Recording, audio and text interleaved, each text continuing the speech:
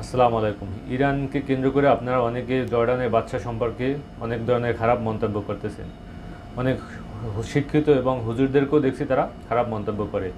তো তারা হয়তো জানে না জর্ডানের বাদশাকে।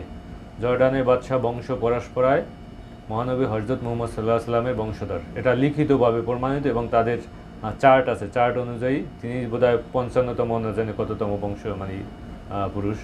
তো আমার কথা হলো আপনি যে তার সম্পর্কে মন্তব্য করতেছেন, আর মহানবী হজরত মুহাম্মদ সাল্লাল্লাহু আলাইহি সাল্লামের বংশধর সম্পর্কে মহানবী সাল্লাল্লাহু আলাইহি সাল্লাম নিজেই বলে গেছেন যে তার বংশধরকে ভালোবাসতে হবে। উম্মত হিসাবে তার বংশধরকে ভালোবাসা আমাদের দায়িত্ব।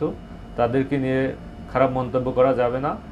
তো যারা জানতেন না ব্যাপারটা এখন অন্তত জানিয়ে রাখেন। আর শুধু জর্ডানের বাদশাই না, আপনি এই যে ইরানের খমেনি তার সম্পর্কেও খারাপ মন্তব্য করা যাবে না, কখনোই যাবে না। তো এটাই, সবাই সুস্থ থাকবেন, ভালো থাকবেন। আরবের যে কোনো বাচ্চা সম্পর্কে মন্তব্য করার আগে আপনাকে ইতিহাস হিস্টোরি